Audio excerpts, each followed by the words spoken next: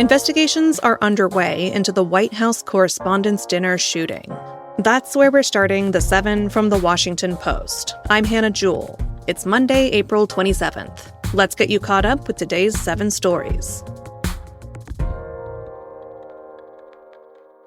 On Saturday evening, a man stormed the security perimeter at the annual gathering of journalists and government officials in Washington, D.C. Law enforcement said he aimed to target top officials who were attending the dinner, including possibly President Donald Trump. The suspect has been identified as 31-year-old Cole Thomas Allen of California, a part-time teacher, former engineering student, and game designer.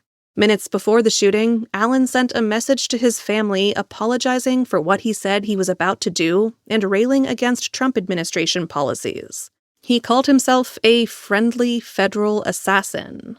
Post journalist Maura Judkis was at the dinner. She described what happened after she heard a sharp popping sound and realized it was probably gunfire. So I told everyone else at our table, I said, hit the ground, get under the table. Shots fired in there. Shots fired.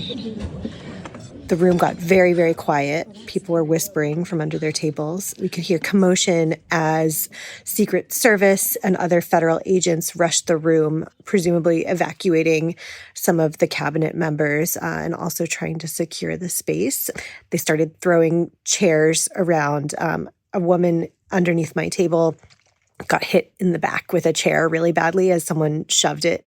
Trump spoke at a press conference later that night and took the opportunity to promote his White House ballroom project. I didn't want to say this, but this is why we have to have all of the attributes of what we're planning at the White House. It's actually a larger room, and it's much more secure. It's drone-proof, it's bulletproof glass. We need the ballroom. That's why Secret Service, that's why the military are demanding it. According to officials familiar with the plan, the Trump administration provided a lower level of security for the dinner than it has for other gatherings of high-ranking officials.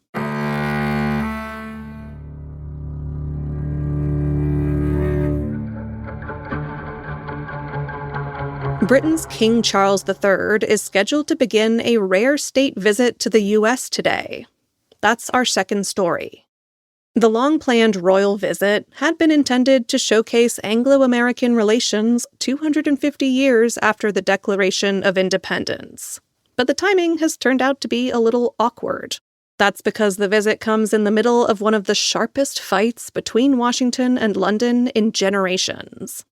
President Trump is furious at the British government for its reluctance to support his ongoing war in Iran. British officials hope their monarch can smooth out the tensions. Christian Turner is the UK's ambassador to the US. He sounded optimistic about the visit in an interview with The Post last week. This visit really for us allows us to tell the story of two peoples, of their relationship that goes back, of course, in this year of all years, the 250, the birthday celebration. The visit will for us really be about that arc of history looking back, but also how we renew and keep a vibrant relationship for the future. Some British leaders, though, are anxious about what the president might say while standing next to the king.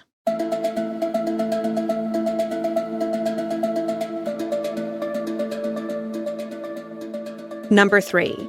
President Trump scrapped a U.S. delegation's trip to Pakistan for peace negotiations with Iran.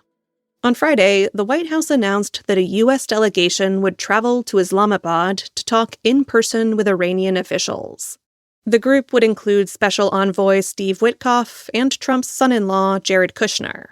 But Trump abruptly canceled the trip at the last minute. He expressed frustration with a lack of progress in the talks. A first round of U.S.-Iran negotiations this month failed to secure a deal. The two sides have remained in contact, but it's unclear whether they have made progress bridging gaps on key issues. That includes the fate of Iran's nuclear program and the still-closed Strait of Hormuz.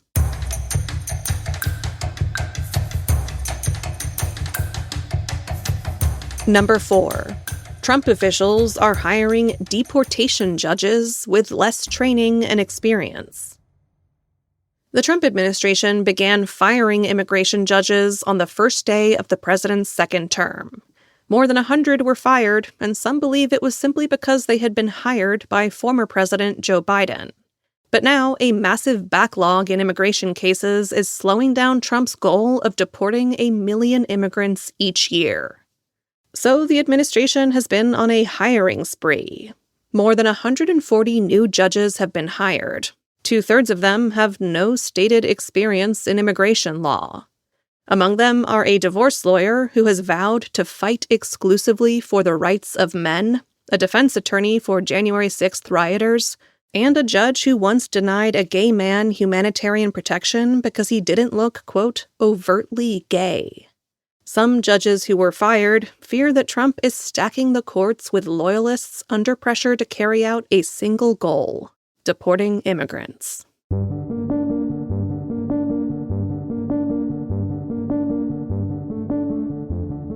Six sprawling data center campuses are planned in a small town of 7,000 people.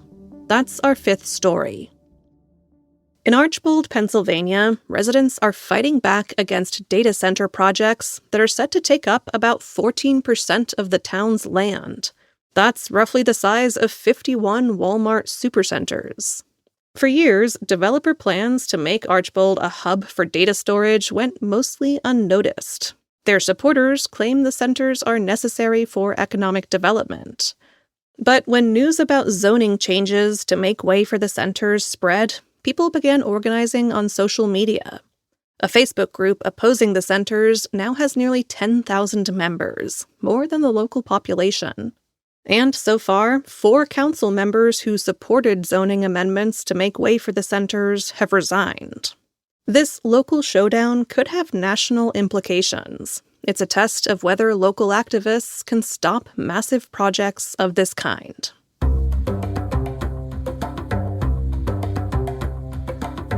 Number 6. Some Western states are hoping that cloud seeding drones can help solve their water problems. Drought is hitting farmers and cities in the Mountain West hard.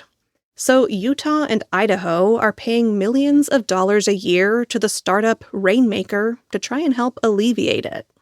Rainmaker says it has proved its cloud seeding drones have produced 142 million gallons of water in the form of snow. Here's how it works. The drones release silver iodide, a salt that causes liquid in the clouds to turn into ice and then fall to the ground as snow. But there are doubts about how much the method can actually help, given the scale of the problem. One Utah meteorologist told the Post that even in a good year, cloud seeding can likely only boost precipitation by 15%.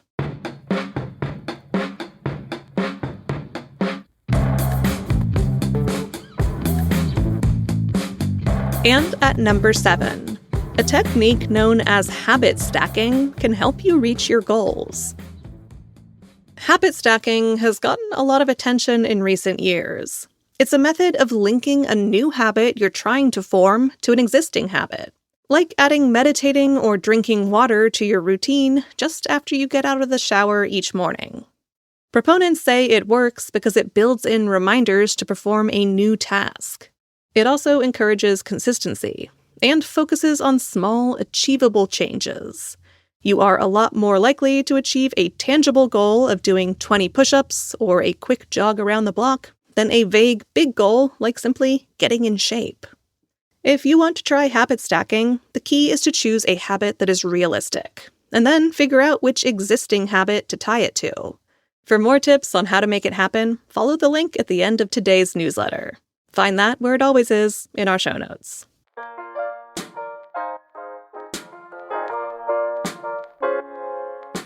All right, you're all caught up. I have a suggestion for a new habit which is very easy and worthwhile to achieve. Become a subscriber to the Washington Post. Right now, that will only cost you $40 for the first year for a core subscription, then $140 after that. You can cancel anytime. Sign up at washingtonpost.com/subscribe. I'm Hannah Jewell. I'll meet you back here tomorrow.